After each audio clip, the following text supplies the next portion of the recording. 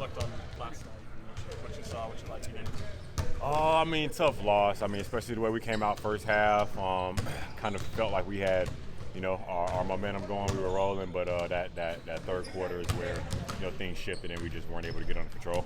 It seems almost like a theme over the past couple of years where a big lead and give up. I mean, is it really come down to this tale of two halves that way? I don't know. I just think, when we're up big, we just have to, really continue to focus on the things that got us that lead, and know that, this NBA teams aren't going to lay down. So, we're going to get their best shot. And I mean, we even talked about it at halftime, but we just didn't come out with our heads on straight after halftime. What were the things that you felt like helped give you that lead early?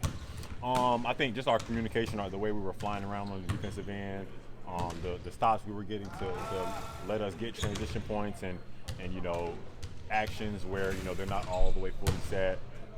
Things like that. I think in the second half we gave up some easy points for them, and when the ball's going in, it's easy to get confident. So NBA team, good players over there. So when the confidence is rolling, and they're at home, so the feelings are high. So I think that's just what happened. When they started switching 1 to 5 in that second half, how do you feel like it impacted you guys, and what could you have done differently? Kind of stalled us out a little bit. I think when we went one screen and they switched it, we kind of stood there, didn't really know what we wanted to do next. So, but I think we just have to figure out how we want to screen and go into actions and what we want to get into or try to get to when teams are going 1 through 5 to put ourselves in a better situation.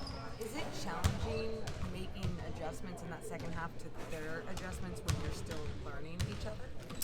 No, I don't think so. I think it's basketball. We've all played it for a good amount of time. I don't think the things that we were messing up last night is things that are something that we're not capable of. I don't think it was something that serious. I think it just came down to really just locking in and make sure the simple things we executed.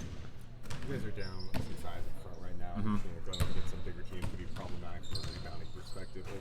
What are things you guys can do, even if you're undersized, to do a better job on the glass? Make sure you hit them. I mean, I think when the shot goes up, hit them early. Don't let them get down to the mid-range area before you hit them first. I mean, obviously, like you said, they're a big team, so don't want to let them get that far in before you get some contact, and that kind of decreases their chance of getting the ball. So hitting them first, I think that would be a good emphasis. To that tune, when you are smaller, do you feel like there's other strengths that you can lean into being a smaller group out there? Yeah, I mean, I think the pressure that we're able to put on the rim, if teams are gonna have bigger lineups, then most likely they probably won't be able to guard like that. So probably being able to get by them, put them in actions that they're not comfortable being in, and pressure on the rim, and then that's when you create the rotation. What's kind of like the impact when you look at that 2 feet tall players like Russ and Debo kind of say some things after a practice like that to kind of leave you guys thinking about heading into tomorrow's round? What kind of impact does that have? I mean, I think it's a good message for the team to hear, just to keep everyone's head on straight. I mean, long season, but I mean, obviously, losing the game like that, those are games that you look back at and be like, man, we could have had that one, when the seeding is real close and it's 1 game, 2 games, those are ones that you want to have back. So I think a message like that just, focuses everyone's attention back on the main goal. And you've experienced a lot with this organization since we've been here. How much are you looking forward to an opening night here on Saturday? Man, it'll be crazy in here. So I definitely love playing at home. Best fans for sure. So I expect it to be electric in there tomorrow. What stands out to you about that Utah team? Say that one more time. What stands out to you about the Utah team coming in? Their size. They got some young guys. They're hungry. And they're a team that if you don't really if you overlook them, they'll come in and punch you in the mouth. So I mean, don't underestimate anybody. I mean, they're a good team. They got some good players. Good size, young guys. So just have to be ready. What's it like being a part of, just a lot of guards on this roster, obviously. There's only so many minutes that can go around. How comfortable are you just in the role of, doing what you're asked of night in and night out? It's nothing to me. I mean, that's kind of what I've been doing since I've been here. So, I mean, my role is I'm the utmost comfortable in that position. It's nothing new, no wrench thrown in there that I'm not expecting. So, nothing that I'm not expecting is going on. So yeah, Doug mentioned your professionalism after the game. What conversations did you have with him about playing time and stuff, maybe pregame or during the game?